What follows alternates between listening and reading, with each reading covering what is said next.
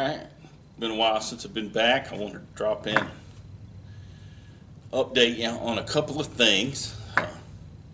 They basically have to do with past videos. One of them is the video on my AR pistol and the configuration that I have it set up in on that video. I want y'all to know that new regulations are coming, and that these new regulations make that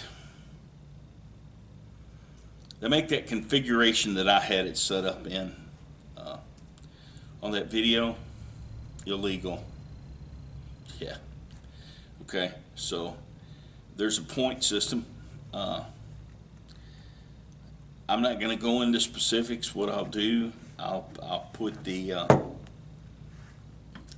link in the description of the website where you can go to download a set of the criteria that needs to be adhered to so that this remains an AR pistol rather than an SBR. One of those is a weight limitation. One of them is an overall length. You'll also notice that I had the rifle sights on here, the flip-up rifle sight. That's no longer passe. Need to have some kind of a red dot, some kind of sight that doesn't depend upon eye relief for it to be considered a pistol.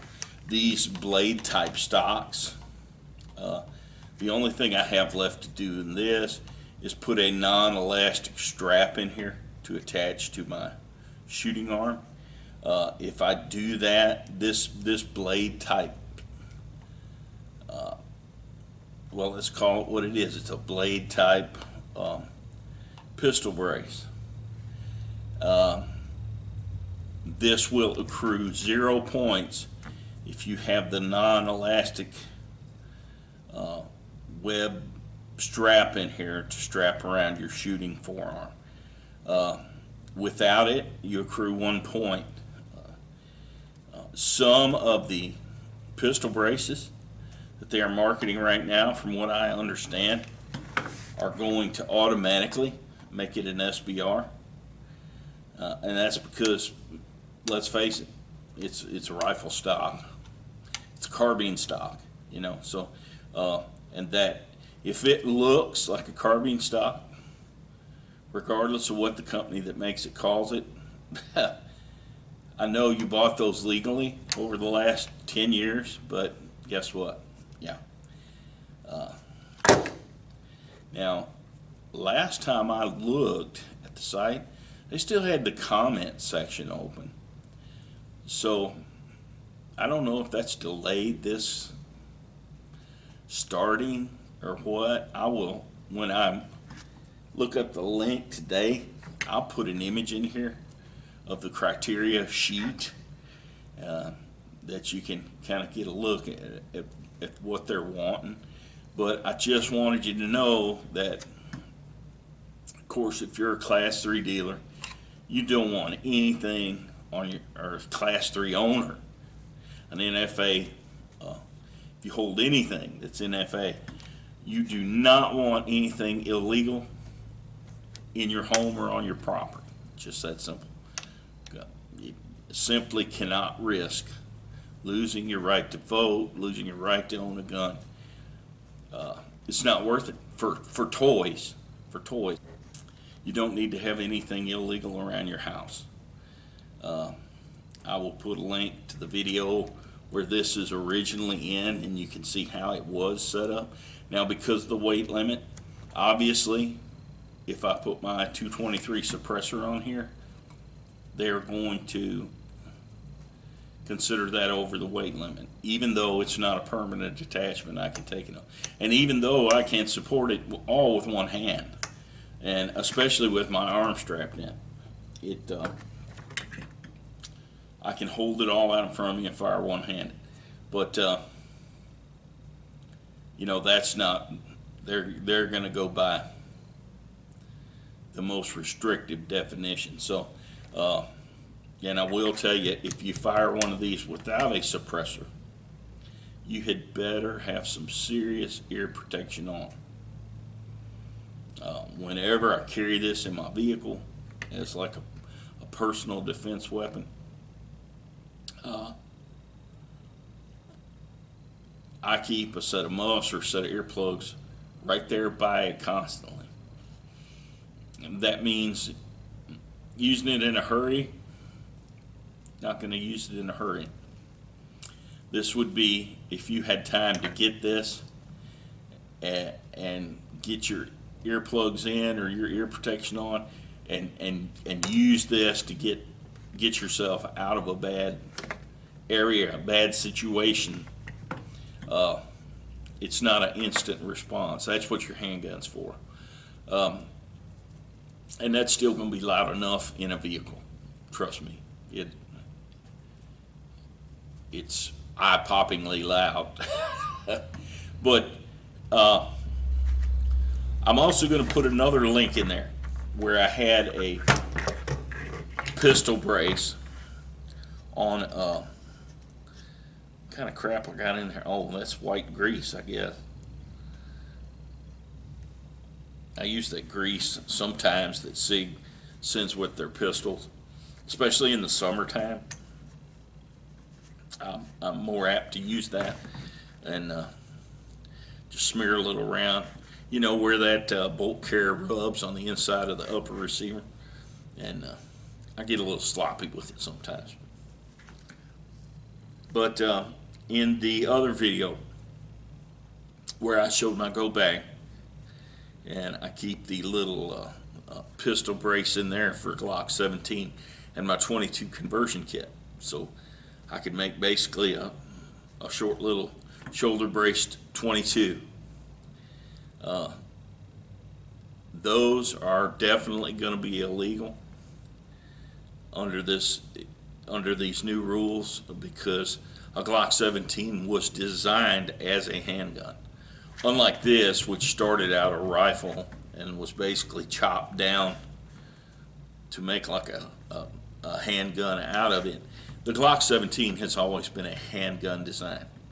So by its very definition, it's a handgun. You ought to be able to use it with one hand, and so that pistol brace will never be okayed under these new regulations. And so I just gave mine. I gave mine to somebody who doesn't care, you know, and I wish them luck, you know. I hope it never becomes a problem or a situation where they get caught with it in there, because those are definitely going to be a no-no, according to what I've read and seen thus far. So that is no longer in my go bag, and I hope that I can still use my suppressor on this. I hope the weight of the suppressor, since it's detachable, I hope the weight of the suppressor doesn't go against the weight of this. But I've got my overall length and my length of pull below the minimum number, so that this gun in its present condition, like it is right now, accrues 0 points, except for the fact I don't have that nylon webbing in here to go around my arm. If I put that in there, it would actually make this 0 points. So as it stands right now, I guess it's one minus 1 point. If you have enough features to get it above, I believe it's -4 if they haven't changed it, you'll have to register it as a short barrel rifle. So, which is no big deal other than the cost. You know, it's a $200 charge, just like buying a machine gun or a suppressor. You know, you'll have to pay the $200. So I just wanted you to know how that's changing, And I don't want anybody to get their hind end in a sling, because they didn't know. And didn't we all know when these pistol braces started coming out? Didn't we all know they weren't going to keep ignoring that? When they okayed the first pistol brace, I thought to myself, that guy just ended his career with the ATF when he wrote a letter approving that pistol brace. So, and because that would be turning loose of, a little bit of power that they already have. That's not what bureaucracies do. They always go for more control. They never turn it loose, not willingly. Now what there's been a recent Supreme Court decision on the EPA that is going to be very interesting as it relates to the ATF and other government regulatory agencies, because it basically said, you're a bunch of bureaucrats, you can't write law. So only elected legislators can write law. So all these agencies that have used that federal power to throw their weight around and to scare people to death, this Supreme Court, who has done a bunch of good things in the last, 4 decisions, has said, yeah, you can't do that. You're Environmental Protection Agency. And this latest Supreme Court decision is going to have a lot of downstream effects from it, and for people like us, it's all good. Have them pass a federal law, and if they don't have the political strength or political will to outlaw these, then leave us alone. But because I don't want anybody getting in trouble based on a video they saw me do,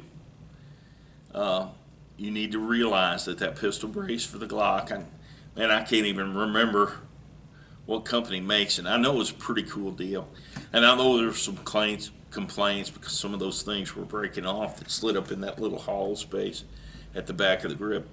Unless you want to buy a tax stamp, those for the Glock are done. Okay.